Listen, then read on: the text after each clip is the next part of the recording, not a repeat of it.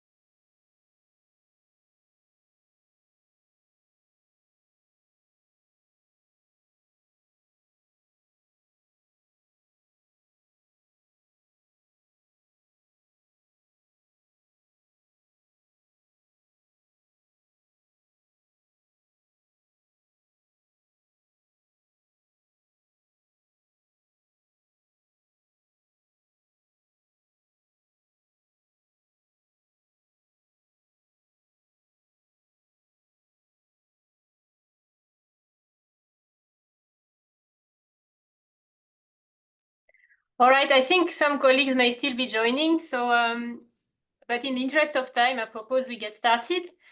So welcome to everyone, to all colleagues who have joined today for this webinar on the National Dialogues of Minigrid Delivery Model. Today is, before we start, I also want to mention that we have live interpretation here, so which means we will try to speak a bit slowly. And if you are not English speaking, for instance, because the webinar will be mostly spoken in English, you have the opportunity to switch to French in the interpretation button. So I'm going to translate this now. And similarly, if you are English speaking, because I'm going to actually introduce in French, please go to interpretation and then select the English channel so that when I switch to French, you can also understand well what I say. Donc, collègues, bonjour à tous, bienvenue dans notre webinaire sur les dialogues nationaux, sur les modèles de prestation des mini-réseaux. Avant de commencer, je voulais rappeler qu'on a l'interprétation anglais-français. Donc, comme d'habitude, il faut cliquer sur le bouton interprétation et après aller dans French, hein, si vous voulez le channel en français. Et comme ça, voilà, vous aurez la langue française tout le long, sachant que le webinar sera majoritairement en anglais. Mais bien sûr, vous avez aussi, si vous intervenez, ce qu'on vous encourage à faire, vous pouvez bien entendu prendre la parole en français. Et d'ailleurs, je vais introduire donc ce webinaire en français. Donc encore une fois, bon, la plupart d'entre vous êtes déjà familiers avec cette activité qui consiste à organiser un dialogue national dans vos pays respectifs sur les modèles de prestation des mini-réseaux. Donc en fait, l'objectif, et on va y revenir aujourd'hui, mais l'objectif, c'est vraiment d'essayer de discuter au niveau national avec toutes les parties prenantes pertinentes de ces modèles de prestation, c'est-à-dire quels sont les rôles et responsabilités autour du déploiement des mini-réseaux. Ce sont des questions très importantes et en fait, on pense que cette activité qui est faite par quasiment tous les projets nationaux de l'AMP peut vraiment avoir des impacts très, très importants puisque le dialogue national peut arriver à certaines prises de décision sur des questions très importantes, justement, qui conditionnent finalement le succès ou pas du déploiement des mini-réseaux dans un pays.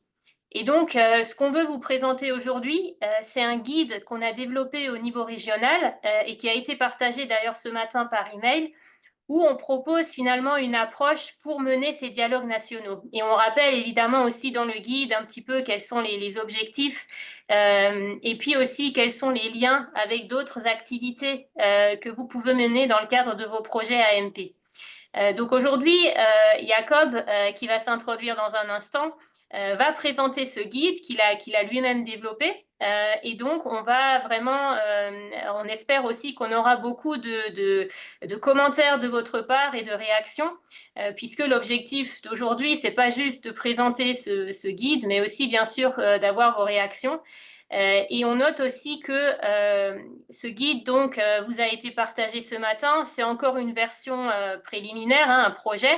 Et donc on attend vos réactions pour pouvoir ensuite l'améliorer et puis le finaliser.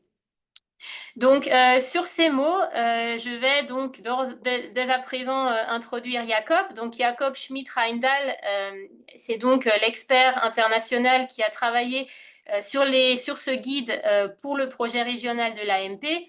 Et beaucoup d'entre vous connaissent aussi déjà Jacob, puisqu'il appuie en plus beaucoup de projets nationaux sur certaines de leurs activités, y compris justement le dialogue national.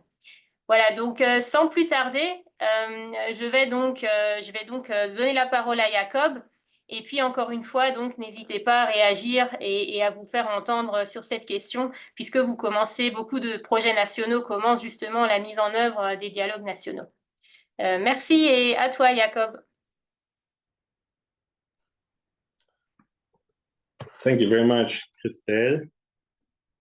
And also from my side, a very warm welcome to all of you to today's webinar. I hope you can all hear me well. My voice is a little weak today, Albert won't let me down. I would just like to very briefly introduce myself. My name is Jakob Schmidt-Reindl. I am currently working as a consultant for UNDP in my role of policy and regulation expert under the AMP. In terms of background, I'm one of the founders of the German Minigrid firm Inensis, with which I've been working in the Minigrid sector over the past 20 years. And I've just, I have a pointer here, by the way. Yes, I've just listed a few, references of the work we've been doing.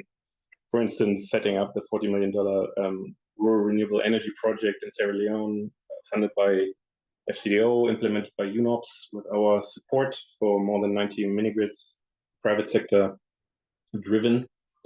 And also in that context, development of minigrid regulations in Sierra Leone and in Nigeria and other countries. Right, so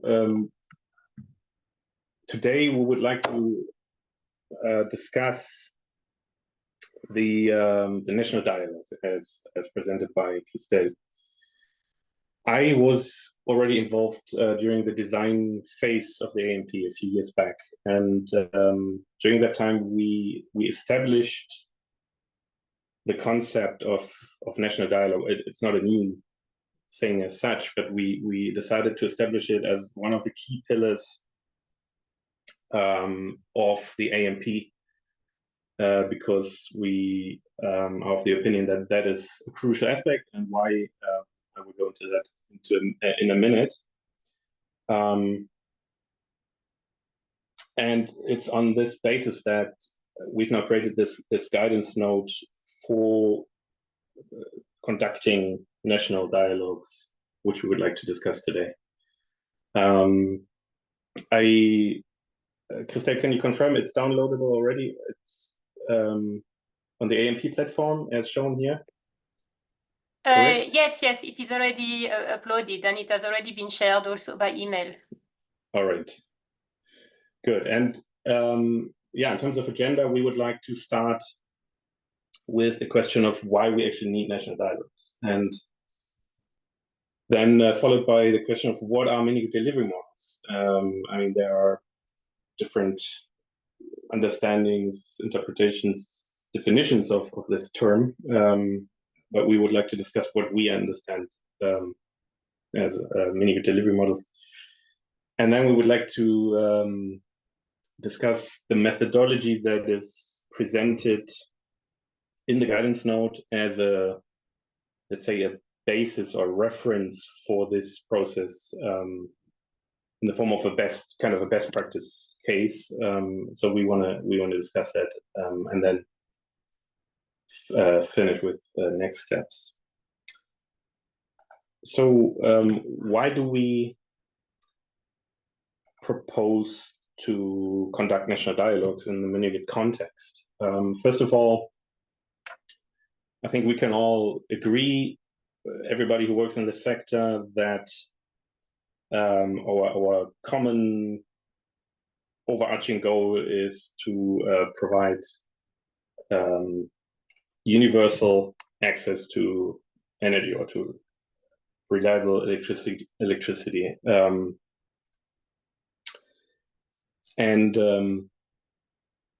I mean, I guess there's no question about it. All the national governments, the international partners, the private sectors, and of course concerned populations, everybody is interested in this overarching goal.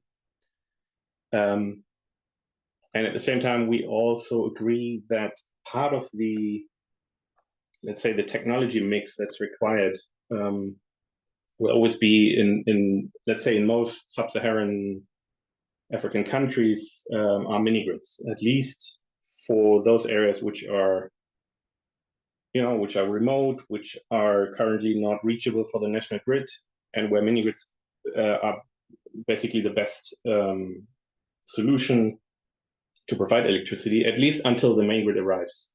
I think that is also a common understanding that mini-grids are part of this solution. And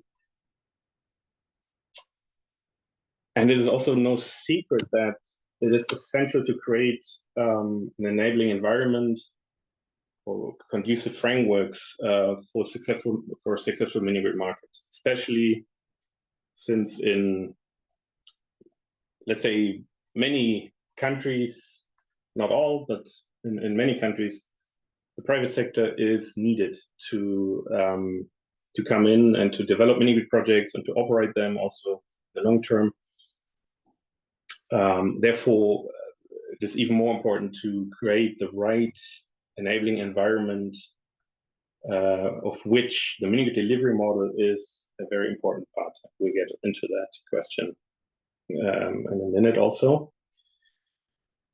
However, there are different models for implementing mini-grids, and there's obviously no single solution or one-size-fits-all solution. It is a sector that involves many different stakeholders, and it is about providing a public service. Electricity supply is a public service after all, but still often implemented by the private sector. So in short, it is a politically highly complex and also often sensitive issue, which needs to be considered in this context. And that is precisely why, as experience shows, it is not helpful for instance, external consultants to come in and impose a model on a specific country, because maybe it's a model that has worked elsewhere, and now the consultants decide it should also work in this country, and this is what we're going to do, without having really analyzed and checked whether this model is also working under the conditions, the frameworks that exist in a particular country. Therefore, also experience shows that in the interest of sustainability, it is very important in the long term to involve all key stakeholders that participate in this sector from the very beginning of the process. And it is crucial that the choice of a particular delivery model, Minigrid delivery model in this case, is accepted by all these stakeholders.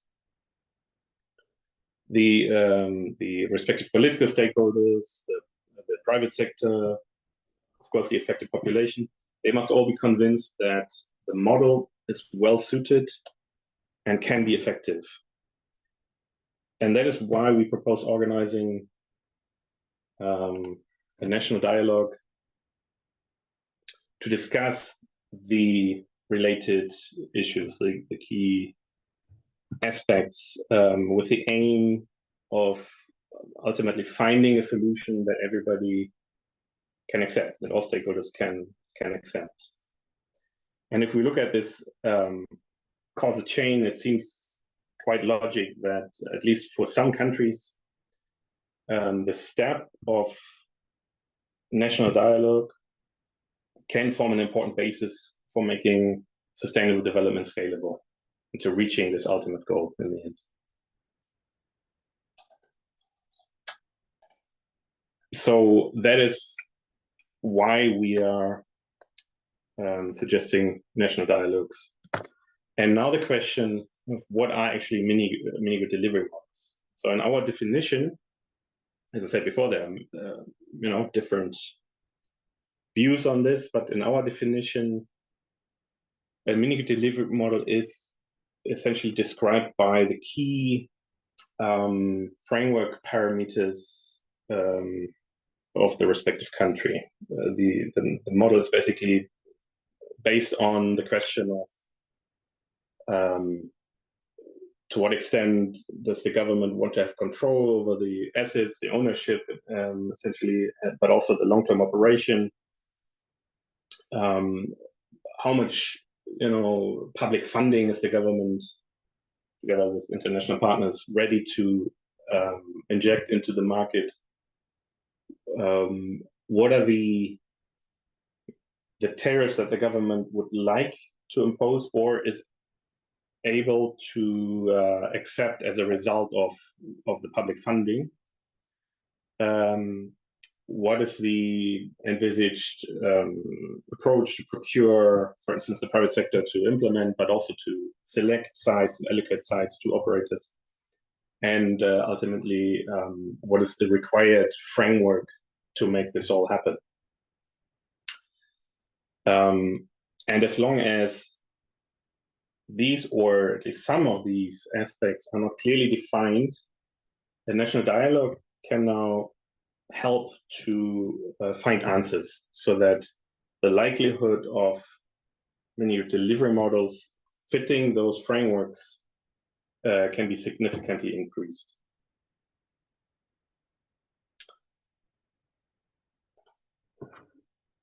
I would now like to show a few examples of typical Minigrid delivery models. And what we're seeing here is a whole spectrum of delivery models, starting on the left with so-called public sector delivery, like fully public sector implemented models where basically the government does everything, followed by EPC contracting, where the government hires a private firm to carry out on the government's behalf the respective services. Then followed by electricity service company models with different setups, all the way to so-called hybrid split asset with grant models, or split asset models where there's a split in ownership and also financing between distribution generation assets, all the way to the fully private sector delivery model. Basically models fully, entirely set up by the private sector. And this spectrum from left to right basically shows, going from left to the right, an increasing involvement of the private sector. Basically 0 on the left and close to 100% or very high on the right side. And this is often, not always, but often a result of the political system and the policy frameworks that are existing in the respective country. So, for instance, a more centrally planned economy, or a country that has a more centrally planned economy would probably favor models that are further to the left of the spectrum, where more free market economy based or oriented countries would go more for models that are, shown on the right side of the spectrum. But of course, as I said, it's not always a very straightforward link, as shown here. But the general tendency can be seen in many places. A very crucial aspect in this context is the close interdependence of public subsidies, public government funding levels, and the electricity tariff levels. Because it is always the case that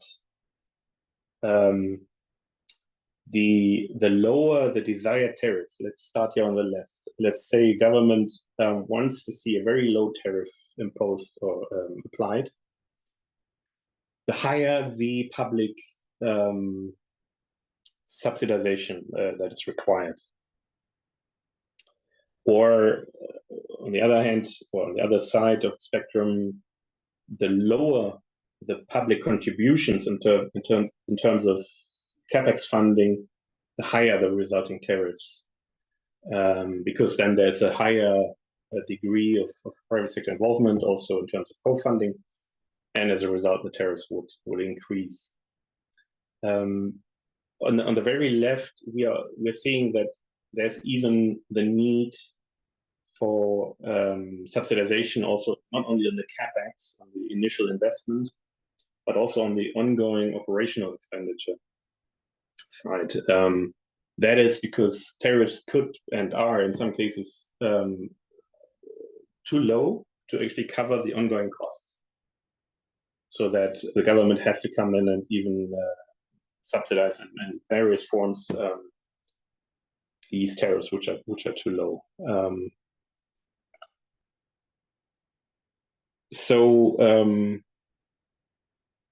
That aspect is, as I said, very, very crucial and very important to understand that is basically the basis of the Minigrid frameworks overall, because for these frameworks, it is always about maintaining a balance between the costs on the one side and the revenues, the income on the other, basically regardless of the model. There's always costs involved for investment and operation, even if it's somehow hidden somewhere, but the costs are there. And on the other side, there's revenues. In some ways, money is coming in, selling electricity, receiving subsidies in various forms, and that always has to be balanced out. If this is not in balance, it simply doesn't work. The projects fail. I mean, that is probably quite easy to understand and quite obvious. So in order to achieve or and keep the balance, tariffs and government funding, government subsidies must always be balanced accordingly, as I was showing on the previous slide. If tariffs are very low, the government has to fund or has to put in more money, more subsidy to keep this balance. If government now wants to reduce on the subsidy side, the tariff levels will have to go up again to keep this balance. So this, as I said, is basically the core of the entire Minigrid framework, this question and this aspect. And in the end, the delivery model also revolves around this question. However, this is only a very rough, description without going into depth. There's a lot to unpack here and to discuss, which we don't have the time for today, but I just wanted to touch upon these key aspects, at least very briefly. So now let's turn to the proposed methodology, the best practice case that's described in the guidance note, where we're proposing 4 overarching, let's say, process steps, starting with the country pre-analysis, researching and analyzing general sector-specific information, including historical, cultural, political context, to create a country profile and predict suitable mini-grid delivery models, followed by step number 2, stakeholder identification and analysis of key stakeholders to understand their roles and mandates in the mini-grid sector, identifying influential government bodies and potential champions to drive the sector development. Step number 3, the preparation of the decisions to be taken as a result of the national dialogue as such, which from the view of the experts now that are supporting this process, it is about helping stakeholders make informed decisions on mini-grid frameworks and respective political measures, with the expert providing advice if and where needed.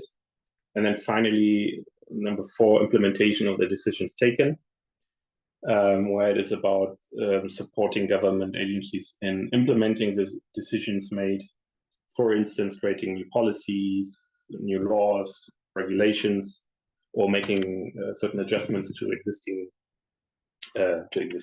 policies and so on. So first step, country pre-analysis, again has 3 steps of its own: initial research, detailed sector analysis, and profiling. Again, I mean, all this is a description of a process as an example. I mean, in many cases, I assume experts are hired that are already very familiar with the respective country, and therefore these initial steps would probably not be needed. However, in some cases this could be helpful. So nevertheless, I will keep just going through the description of this best practice case at a very high level. We are suggesting as a very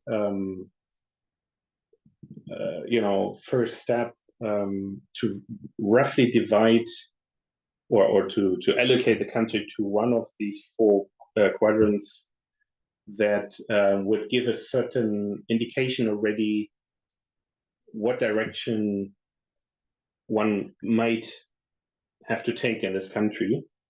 And I explain briefly how this works. It is based on the rural electrification rate in the country, which can be looked up in the internet. I think that is very straightforward. There's a source provided here, for example. And then also a RISE score. I can maybe very, very briefly describe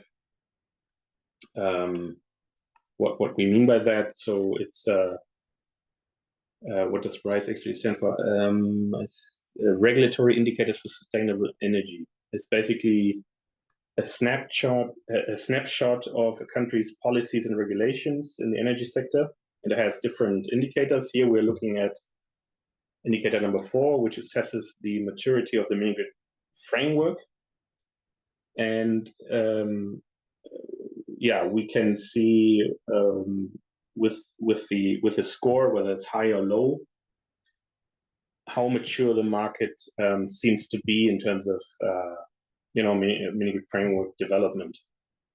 However, the score itself does not automatically mean, for instance, a high score doesn't mean that everything is well advanced and everything is already fully developed. It could, for instance, only mean that mini-grid regulations are in place, but it doesn't say too much about the quality of the regulations as such.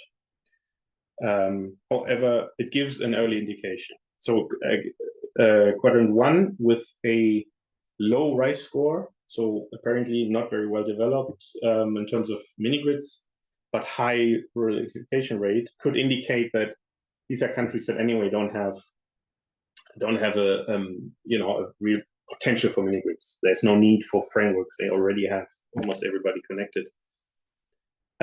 Followed by Q2, where we have low electrification rate and low rice score.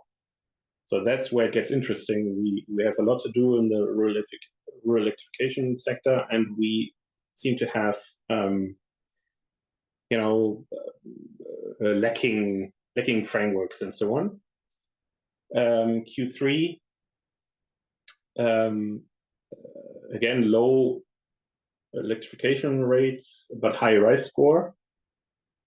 That could mean that they already have a pretty good framework installed, where certain final hurdles could still be removed and so on. So one could still help with the national dialogue to improve, maybe not to start from scratch with the definition of a mini-grid delivery model, but to still improve while the sector is being developed.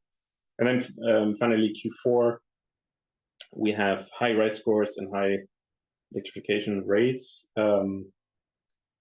Again, probably not a big potential for for mini-grids on a larger scale, therefore also for national dialogues. We have prepared, or let's say we have applied this approach already to I think it's all the 21 countries, all 3 rounds of the AMP with the different colors here. Green for first, blue for second, third for red for third round countries, and applied what I just described. And we're seeing that basically most countries are as expected, more or less, in Q2, where we are dealing with low electrification rates and also low rice scores. Therefore, probably still a lot to do also on the framework side, and therefore the national dialogue could definitely help potentially. Some countries where frameworks are already more advanced, but still lots of work to do in Q3. There's also a few examples where we didn't have rice scores, but definitely high rural electrification rates, which are typically countries that indeed have already a very high rate. Most people are connected, but there are still a few pockets, a few niches where mini-grids or certain special solutions can help reaching also the very remote areas, even though the country itself has already a very developed sector.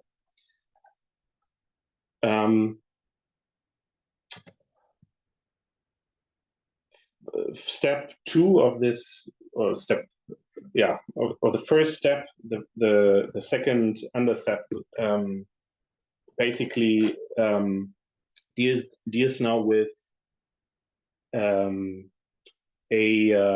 let's say a double check on, or let's say a deep dive on the existing frameworks, and therefore a double check on what had been done in the previous step, where we assumed that countries would have a certain, be located in a certain quadrant, and therefore a certain direction is assumed, and this now should be confirmed by digging deeper into what is existing already in terms of components of, the overarching frameworks, where a special focus is typically put on the primary components of such environments, where the policies, strategy, and master plans, respective laws, and then especially mini regulations, but also funding mechanisms. These aspects should be studied and evaluated in more detail in order to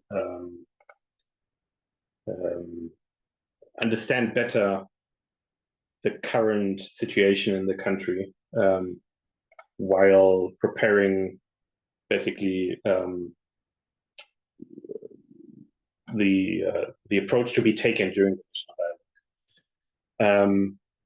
And that is followed then by, once one has analyzed all the publicly available documentation and so on, and one has reached a very good understanding of what is really going on in the Minigrid sector in the respective country. We can now do a preliminary profiling of the country, so that when we help to set up and initiate a national dialogue, we already have a rough idea of the direction this country is very likely to take based on the preliminary research we've been doing. However, this must not be understood as a final analysis and as a result that we now want to convince the country that this is the model or the profile they need to follow, which would indeed be wrong. A wrong approach, basically a repetition of past mistakes. As I said earlier, it is not us to impose anything. It is up to the country to decide which model it chooses, how it wants to organize, setting up the frameworks, and etc. What we can do as consultants, well, speaking from my position as a consultant at least, is to provide input so that decision-making processes in the country are facilitated on the basis of the most comprehensive knowledge possible on this topic of mini-grids. But the decision is always up to the country itself. However, coming back to the profiles, so we discussed the spectrum of mini-grid delivery models earlier, and they can be, let's say, allocated or categorized into these profiles, again, which are subdivided across this overarching spectrum, where we have on the left the more government-driven approaches, on the right the more private sector-driven approaches, and they are distinguished by the degree of private sector, low on the left side and higher on the right side. So again, we have these profiles with the respective delivery models. Profile 1, the EPC tender approach, where we have typically EPC contracting. A company is hired to build mini-grids, but then it's actually operated by, for instance, the government, the public utility. We're seeing similar approaches, for instance, in Ethiopia or in Cameroon. Pros are government retains oversight and ownership of mini-grids. It can directly contract or carry out the contracting through the utility or by regional government. However, there are high costs involved for the government. It has to pay for everything: initial investment, extension of systems, replacement of components. It's all up to the government to always cover these costs.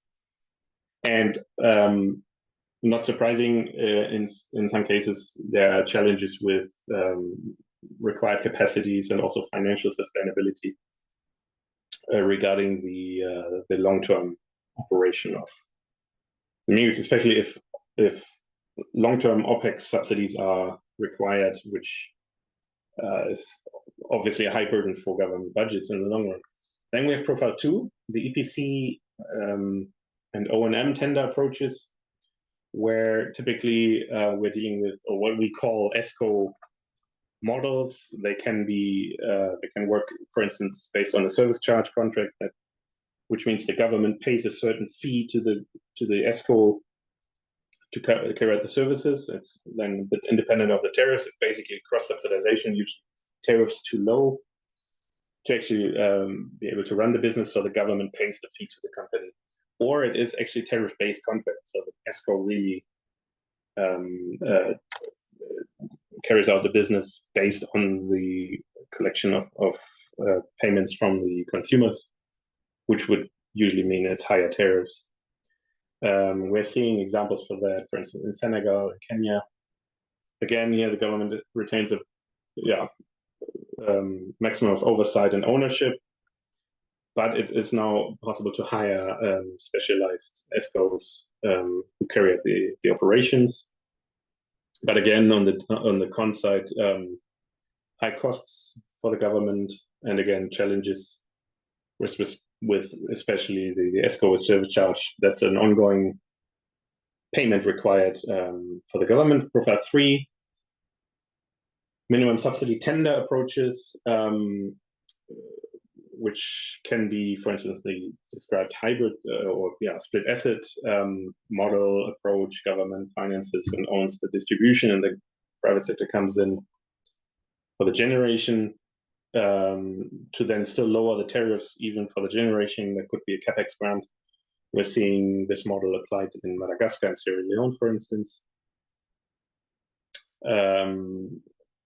This would mean that on the pro side, quality of distribution infrastructure can be guaranteed by the government, and it basically the model itself, if done correctly, could mean that the strength of the private sector in terms of attracting investment into these projects can be utilized while still also involving the strength of the public sector.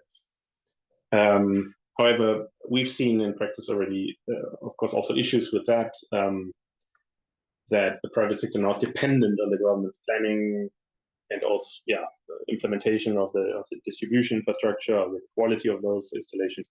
There can be issues related to that. And then we have Profile 4, PBG, performance-based grant, it's meant to be PBG. Performance-based grant approaches, where basically the private sector, as done in Nigeria and Tanzania, basically develops the projects on their own, with their own investment and so on, and then receives grants once connections are verified. And that usually, or at least the idea behind it, is that rapid scale-up shall be enabled. All the strengths of the private sector come in terms of professional management, low cost, high growth, private investors can be attracted, and so on and so forth. However, in practice also, it's not always that straightforward. Of course, there's the big issue around tariffs, because this approach usually means, depending on how much grant is dispersed, the tariffs can be higher than what in some cases is politically accepted or expected, at least. So again, this is a preliminary profiling the consultant can carry out based on the research and the analysis that was done, so that one already has a certain direction in mind, or at least can expect a certain way the government is very likely to take, without imposing this on the government, obviously. Then step 2, stakeholder identification, again has 3 sub-steps: gap analysis, champion identification, stakeholder engagement. By the way, Christelle, tell me if I'm actually taking too much time. I'm trying to speed up a bit. I think we have 10 minutes left, Jakob, on the presentation. Okay. More or less, yeah. That should be fine. So starting with the gap analysis, it is important to identify all respective stakeholders, players in the sector with respect to the required roles and mandates that need to be carried out. And here a gap analysis is required in order to find out where are gaps in the institutional framework, for instance. Are there certain areas where the government does not have dedicated, let's say, rural electrification agency yet, and there's no other, body who can fill the role, or not only gaps, also overlaps are possible. That certain ministries overlap in terms of mandates for certain areas in this Minigrid context, and that all should be clarified. First, as a gap analysis, the expert should try and get a clear picture of who does what, and these are just examples that are shown in this table. The typical ones, obviously, not that this is a final list, but it just gives an indication. And that should help during the process of when the stakeholders are engaged, to support them in filling the gaps or clarifying roles where overlaps can be identified, and so on and so forth. As part of the process, we are suggesting to identify a champion, basically an organization, which in many cases is not even an exercise as such, because it's already basically clear who takes the lead.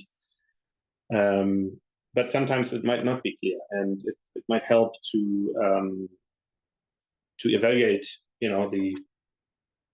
the institutions and the stakeholders in the sector, to see who would ideally have, on the one hand, the right mandate according to the frameworks, who would also come with the right commitment to actually drive this forward, have the right capacities and the knowledge and the right networks, to then also start engaging activities and bringing this forward.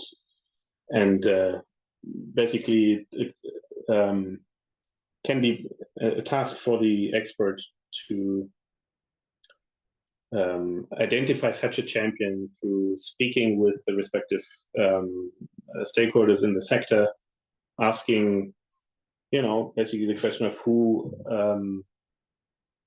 is ideally positioned to take on this role.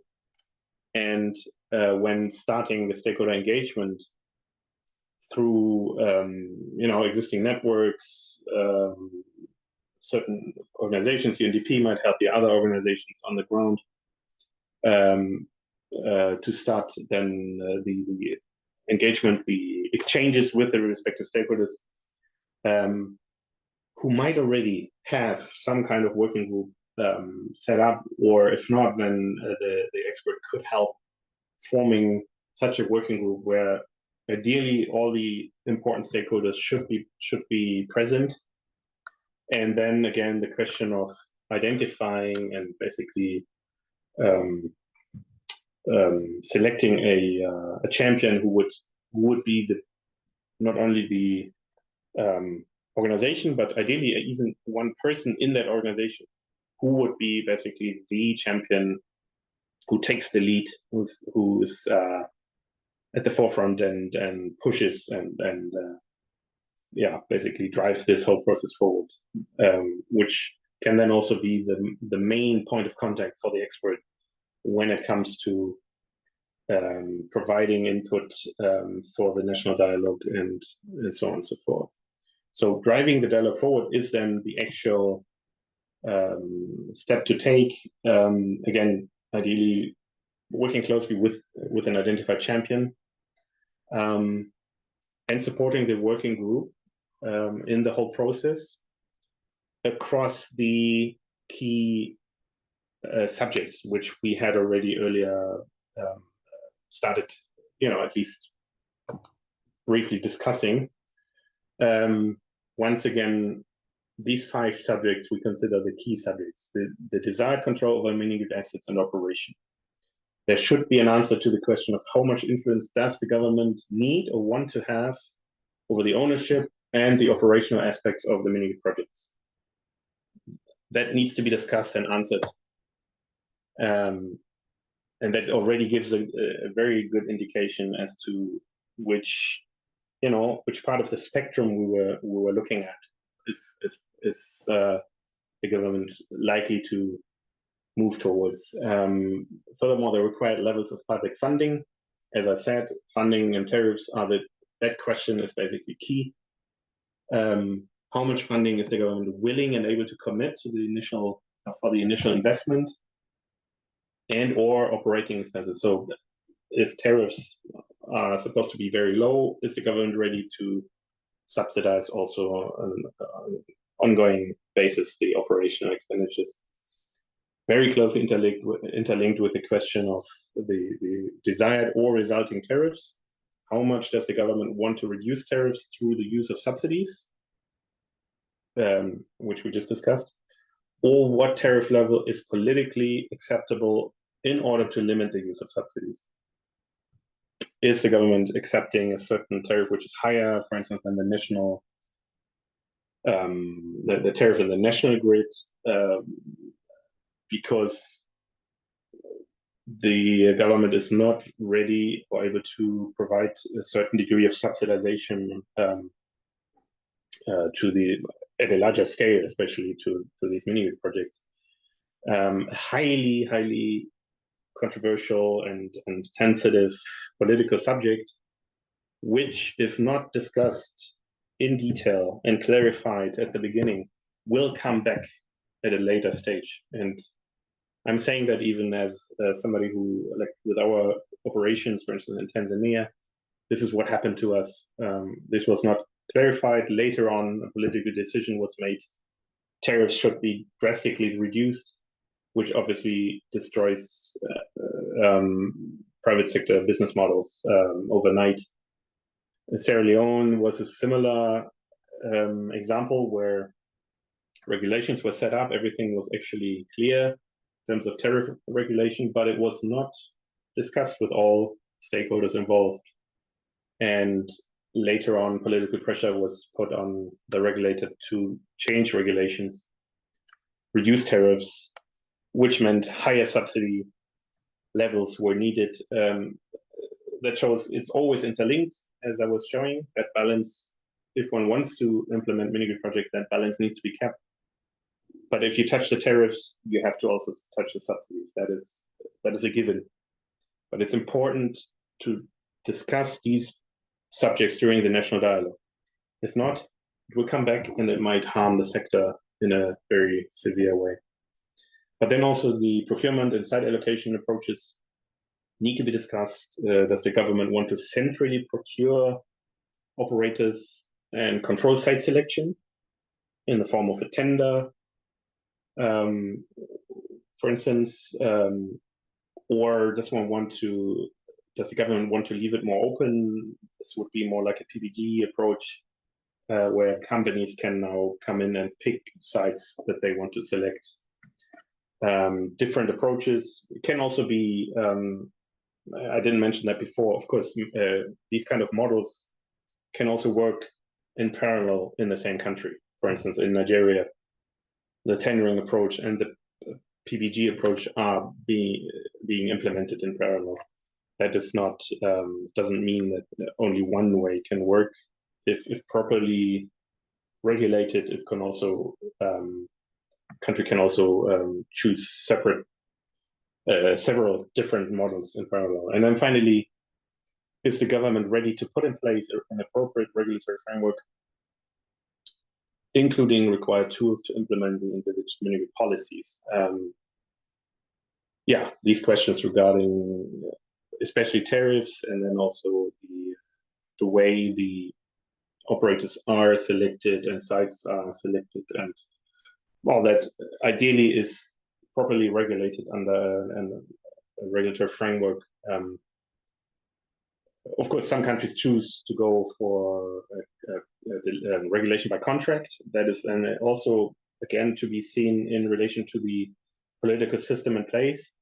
One cannot force a country to come up with mini-grid regulations if that is simply not how the political system works. Maybe the concession model with the regulation by contract is the way the government wants to take, and then that's what we are going to support the company in implementing and providing the right input it needs to make this work.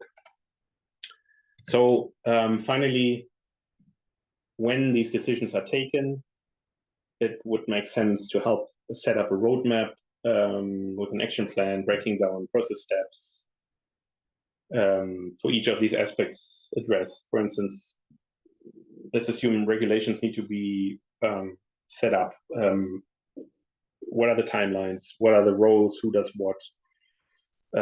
Also, the question of funding in the end, bringing in development partners who would fund the development regulations over can take months to years.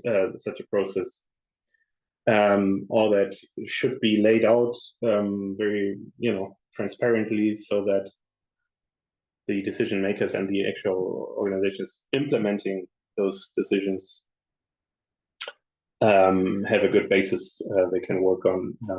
And during that process, one can still support organizing workshops, even special trainings for staff, members of government organizations, carry out study trips, let's say, to other countries where similar approaches are being successfully applied, carry out nationwide information campaigns. Not to forget, it's important to reach people that are actually the recipients of all this, that they are also on board, the people in the villages who know then what they are to expect in terms of services, in terms of costs, and so on and so forth, and they are all on board. I think, yes, I've reached the end of my slides, and back to you, Christelle. Oui, merci Jacob. Je repasse rapidement en français pour en fait la fin de la présentation. On voulait aussi vous souligner encore une fois qu'il y avait beaucoup de liens à faire entre les différentes activités que vous mettez en œuvre dans le cadre de vos projets nationaux de l'AMP.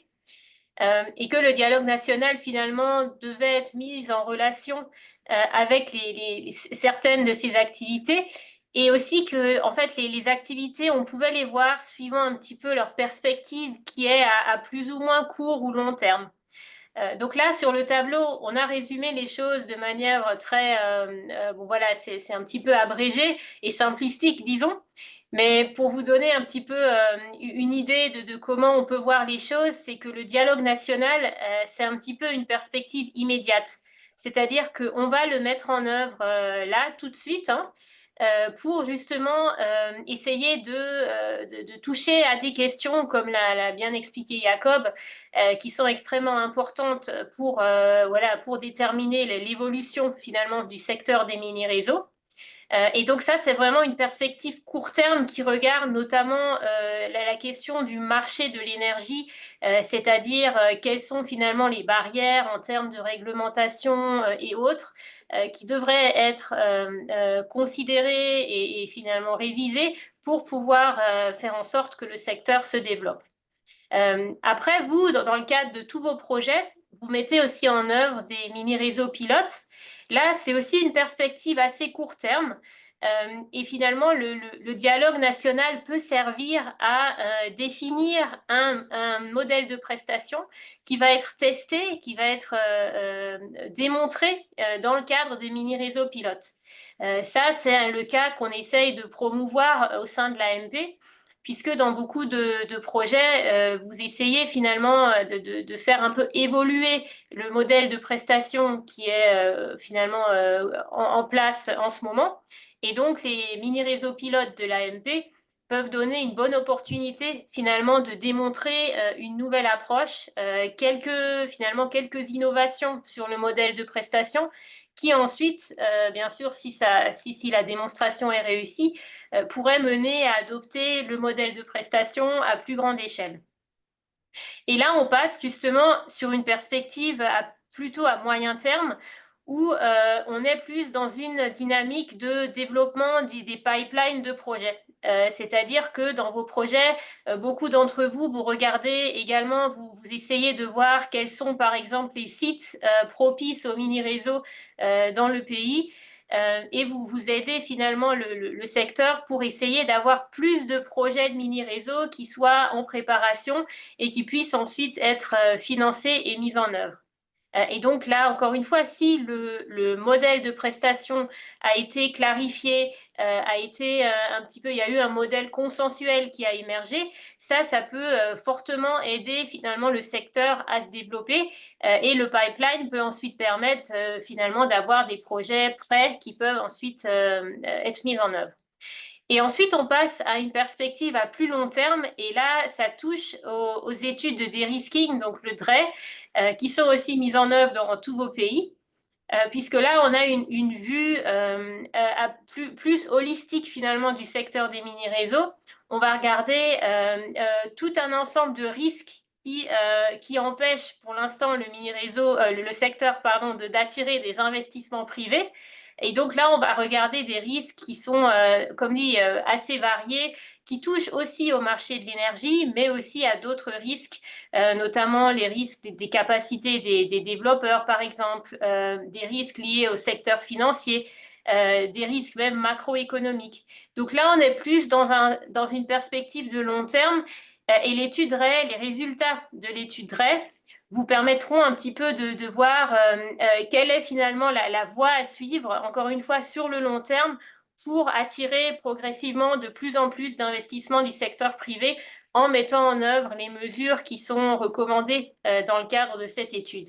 Voilà, donc tout c'est, et aussi pour noter que l'étude DRE, justement, est faite en général en pratique, hein, c'est fait par des consultants qui ne sont pas les mêmes que les consultants qui vont vous appuyer et qui vont mener le dialogue national.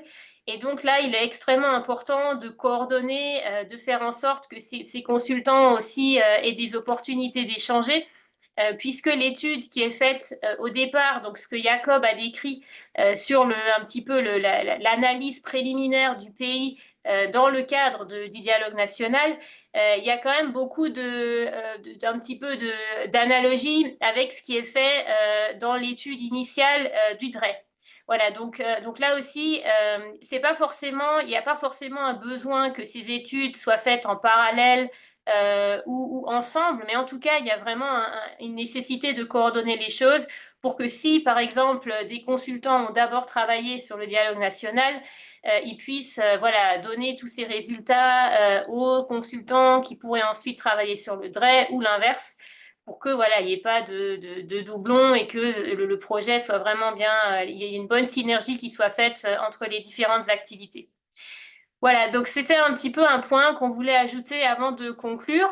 Et je pense que là, on arrive à la séance de questions, questions et échanges. Donc, on a une vingtaine de minutes et on voulait vraiment en profiter pour que vous puissiez partager un petit peu, voilà, si vous avez des questions par rapport à cette activité du dialogue national, ou alors si vous voulez partager un petit peu l'expérience que vous avez déjà eue, puisque certains pays qui sont ici présents ont déjà commencé un petit peu à mettre en œuvre leur dialogue national et ils peuvent peut-être partager certaines expériences.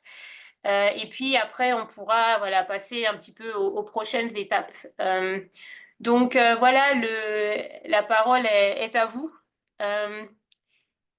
So, colleagues, we are opening the floor for questions or comments or sharing experience on the national dialogue so far. Donc, vous pouvez lever la main ou simplement intervenir, hein, on n'est pas non plus très nombreux.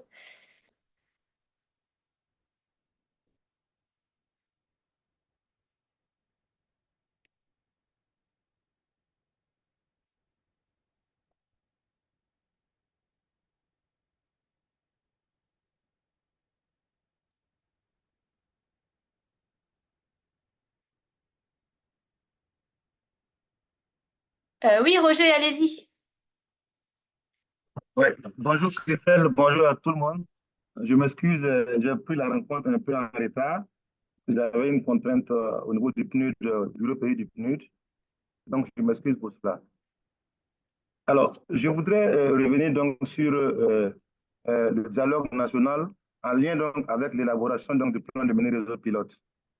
Je pense que nous avons déjà engagé l'élaboration de notre plan de mini-réseau pilote. Et également, nous avons également consultants qu'on a recrutés donc, pour conduire le dialogue. Mais préalablement, nous avons déjà travaillé sur donc, le plan de mener réseau avec des propositions donc, de modèles donc, de prestations, de modèles donc, d'affaires et de modèles de propriété pour le cas donc, de nos menés réseaux. Le consultant a pu faire donc, on a pu faire le lancement donc, du dialogue avec le consultant. Le rapport est disponible. Mais ma question c'est de savoir, est-ce que le modèle qu'on devrait avoir dans notre plan de mener réseau, c'est le même modèle donc, qui sera issu donc, du dialogue national? Ça, c'est la première question. Alors, si tel est le cas, il va falloir qu'on puisse harmoniser donc, les calendriers pour que donc, la finalisation du plan de mener réseau puisse concorder donc, avec la fin du dialogue national. Ce n'est pas évident dans toutes les circonstances parce que les choses n'ont pas commencé au même moment. Ça, c'était ma question. Alors, la deuxième préoccupation, c'est qu'au niveau du Burkina Faso, alors, il y a eu un texte qu'on a pris, notamment un décret qu'on a pris, pour réorganiser l'électrification au niveau des centres ruraux. Alors, et au niveau des centres ruraux, là, on va diviser le pays donc, en circonscriptions administratives pour pouvoir délivrer des concessions à des acteurs du privé pour investir. Et pour ce faire, l'État est en train donc de prendre des textes d'application pour ce décret-là, avec donc à la clé un modèle que l'État lui-même devrait élaborer et soumettre donc au privé ou aux concessionnaires qui seront donc sélectionnés là pour pouvoir implémenter et mettre les projets de mini-réseau en œuvre. Ma question est la suivante. Est-ce que si nous on arrive à identifier un modèle et que peut-être plus tard, l'État identifie aussi un modèle, je ne sais pas, parce que comme eux, ils viennent de commencer, nous sommes un peu avancés par rapport à eux, est-ce qu'il y a lieu que nous puissions nous harmoniser avec le modèle que l'État aurait arrêté? Et si tel est le cas, quel est donc le point de vue, quelle est la fenêtre pour que le projet régional puisse pouvoir intervenir dans ce modèle que l'État aura arrêté? Parce qu'il y a plusieurs acteurs, plusieurs partenaires qui accompagnent l'État dans la définition donc, du modèle de livraison pour les menés réseau. Voici un peu mes préoccupations. Je ne sais pas si je me suis fait bien comprendre, mais c'est quelques préoccupations que j'avais à soulever. Merci pour cette initiative donc, du webinaire parce que c'est vraiment un canal pour nous de pouvoir exposer donc, nos difficultés, nos préoccupations et puis prendre des conseils donc, auprès des acteurs qui sont déjà en avance par rapport à nous. Merci. Oui, merci beaucoup, Roger. Je vais peut-être répondre à la première question et peut-être la deuxième, la donner plutôt à Jacob. Hein. Donc la première question, c'était, si j'ai bien compris, c'était est-ce que le modèle de prestation qui est choisi pour les mini-réseaux pilotes, et donc du coup dans le plan pour les mini-réseaux pilotes, doit forcément être le même que le modèle de prestation qui émerge finalement du dialogue national.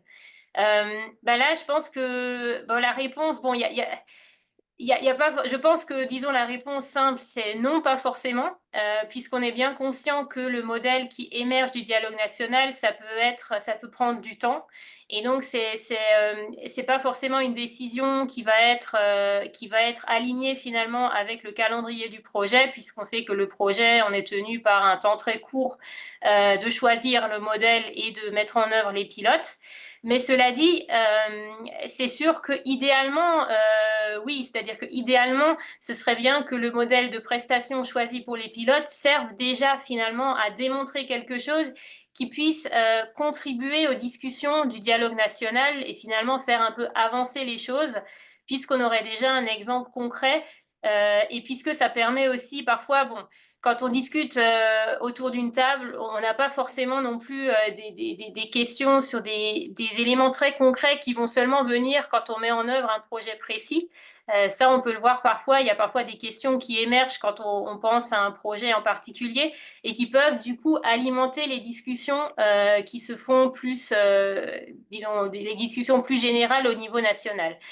Donc effectivement, il faut trouver, je pense, un peu un compromis où on cherche quand même effectivement à orienter le pilote de l'AMP vers un modèle qui en tout cas est qui évolue un peu par rapport au modèle finalement qui peut peut-être préexister dans le pays et qui a un certain nombre de limites. Et bon, en Burkina, c'est un exemple assez bon finalement de ça, c'est-à-dire que tout le projet AMP au Burkina avait pour objectif vraiment de faire évoluer le modèle de prestation qui est actuellement, qui a été en cours finalement dans le pays au cours des dernières années. Donc oui, il y a un besoin finalement de faire en sorte que le pilote puisse démontrer certaines choses nouvelles, mais après peut-être que en parallèle, il y aura des discussions encore plus avancées du dialogue national qui vont déboucher peut-être sur un modèle qui sera un peu différent. Voilà, ça c'est peut-être la réponse que je peux apporter. Et finalement, votre deuxième question, elle est très liée sur la question de savoir si maintenant l'État, et peut-être là, Roger, c'est intéressant peut-être de spécifier qui, parce que là, on touche aussi à la question des parties prenantes, hein, qui décide quoi. Puisque votre question, c'est que comme il y a des décisions en parallèle qui sont prises sur la question des concessions, est-ce que ça va pas finalement, il n'y aura pas à un moment donné un désaccord entre ce modèle et le modèle discuté? Bon, là, je peux peut-être laisser aussi Jacob voilà, intervenir là-dessus, mais je pense qu'il y a aussi justement, c'est important de faire ce travail d'identification des parties prenantes, et qui finalement doit être autour de la table pour que le dialogue national soit vraiment efficace. Jacob, est-ce que tu voulais intervenir sur cette question? Yes. Ah, pardon, Roger, vous vouliez complémenter d'abord? Ouais. Oui, en fait, pour la question à Jacob, là, c'est que, comme j'ai dit, le nouveau décret, le ministre a instruit donc la direction générale de l'énergie avec l'AVER doit produire un modèle, proposer un modèle. Au regard du fait que les zones seront découpées en circonscriptions pour qu'on puisse donner des concessions, le ministre a instruit qu'on puisse donc produire un modèle. Et actuellement, les gens sont à pied d'œuvre pour prendre les textes d'application et avec un modèle économico-financier qui sera proposé également. Pendant ce temps que nous avons travaillé donc sur le modèle à fou dans notre plan de mener réseau. Bon, également, il y a le dialogue national qui devrait nous permettre aussi d'avoir un modèle. Bon, moi, ma question là était en lien avec ça. Et si l'État doit arriver à un modèle, bon, c'est la question que je me pose. Donc, c'était pour préciser un peu cela. Merci beaucoup. Jacob. Yeah, thank you. I hope you don't mind if I switch back to English. Maybe just very briefly to the first question, just to basically agree with Christelle. Obviously, you cannot anticipate a model that will normally be the result of a longer process to now apply it in the pilot project. If that was the case, then you didn't need the national dialogue because you have the answers already. So it makes it a bit difficult in the process. Obviously, the whole setup of the AMP is as it is. That you're now forced to push a pilot project before actually having gone through all these discussions and decision-making processes. However, at the same time, that gives you a certain, I would say, a certain opportunity to actually use the pilot project already as a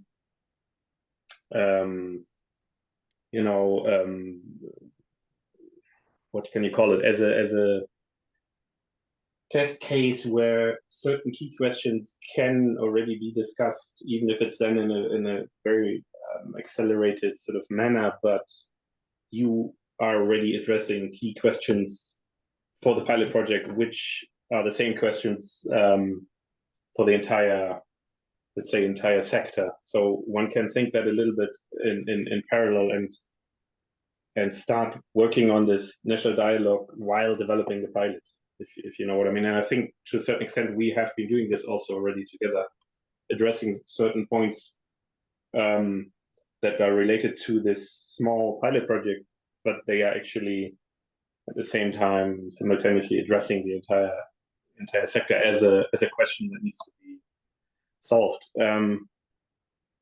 If I understand the second question correctly, then it might it might actually,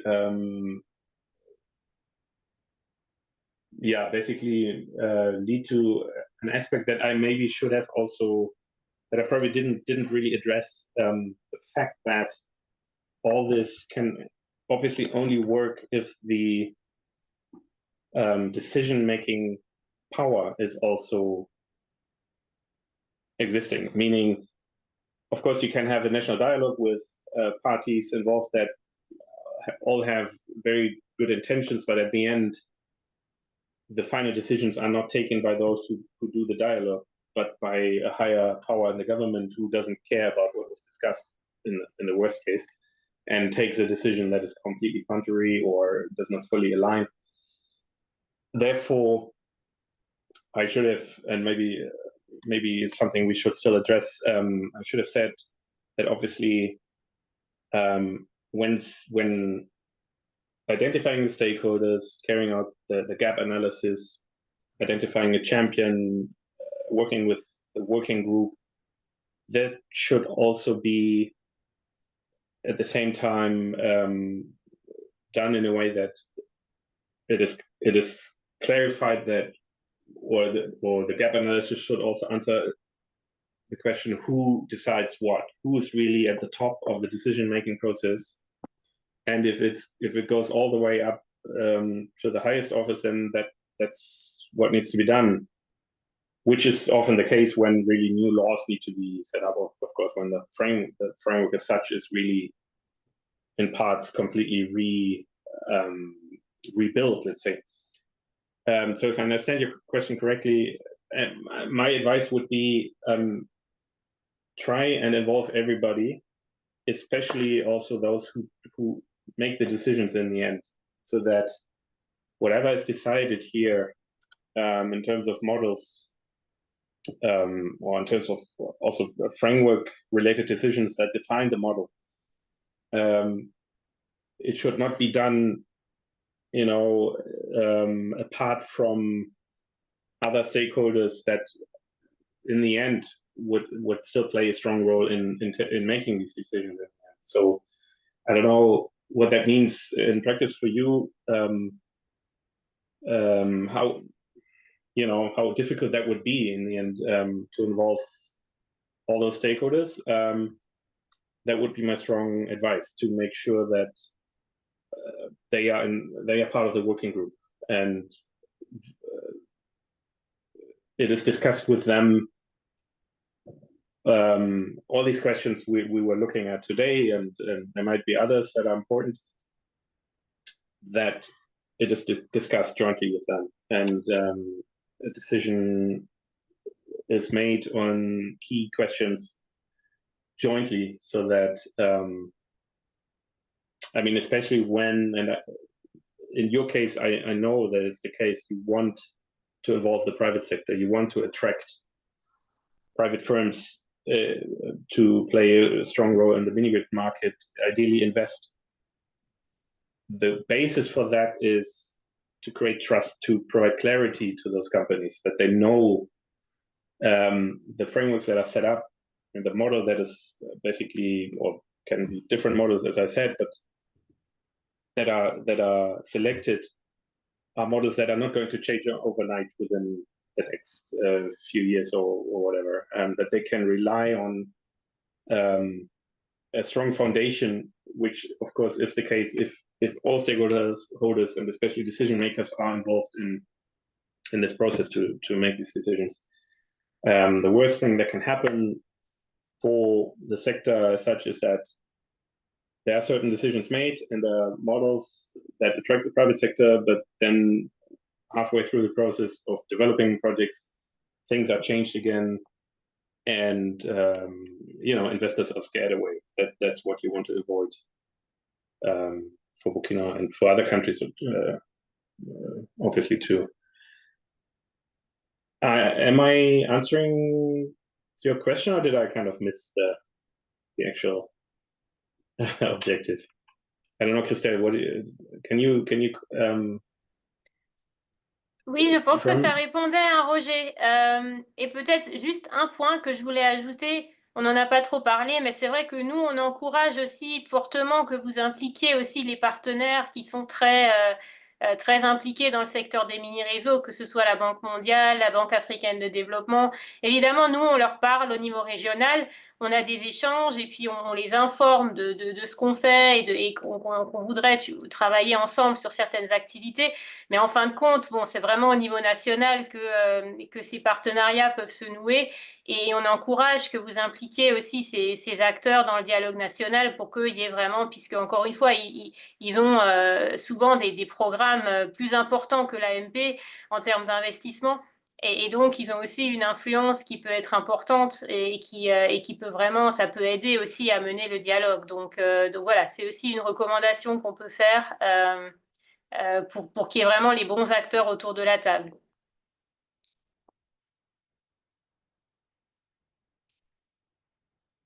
Euh, C'est bien noté, c'est bien noté.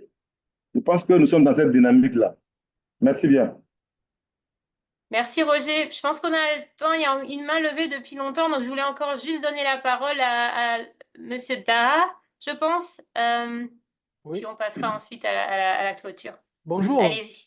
Bonjour. Bonjour Christelle. Oui, Bonjour, bonjour. bonjour collègue, bonjour Bonjour Christelle, bonjour. Jacob. En fait, c'est bon, je représente Idriss Khaled au Big Consulting. Nous sommes consultants dans le cadre du dialogue national. Nous avons été Taha, consultants, une mais minute aussi s'il te dans le plaît. cadre du DRE. Taha, une minute. Ah, Bonjour c'est Christelle, pas attends. la même chose. Ouais, Ah, Christelle et Jacob, bonjour, vous allez bien? J'espère que vous allez bien. Oui, bonjour Sinon, Abdul Kader. ouais, sinon c'est Taha qui aidait les consultants, le consultant du dialogue national. Il s'appelle Taha et en même temps il est le consultant d'Hydra. Actuellement, il travaille avec Saint-Jou. C'est lui qui travaille. Il est docteur en énergie. Et il va se présenter d'abord. Et moi, ma connexion, ça bec trop aujourd'hui, quoi. Il y a un problème de connexion, mais il va vous expliquer, il va faire son présentation. Et Jacob, il le connaît très bien et ils ont travaillé ensemble lors des dialogues nationaux qu'on a fait le mois dernier. Donc, il va se présenter. Je laisse la parole à lui, s'il te plaît. merci Abdelkader, hein. Désolé, je crois on a parlé en même temps. Merci beaucoup pour l'introduction. En fait, voilà, donc on a un peu travaillé, on a travaillé sur le dialogue et j'aimerais bien faire euh, une petite synthèse de quelques minutes, 2 minutes environ, sur sur le dialogue qui s'est tenu à Djibouti le 22 au 23 juillet. Et Jacob était présent et il nous a donné certaines idées pour guider un peu le dialogue. Donc, dans le cadre de ce dialogue, qui s'est tenu du 23 au 22 au 23 juillet à Djibouti, il y avait eu plusieurs parties prenantes, telles que le ministère de l'Énergie, l'Agence djiboutienne de développement social, mais aussi d'autres institutions, la société civile, les Nations Unies et des représentants des régions où l'électrification rurale vont se faire.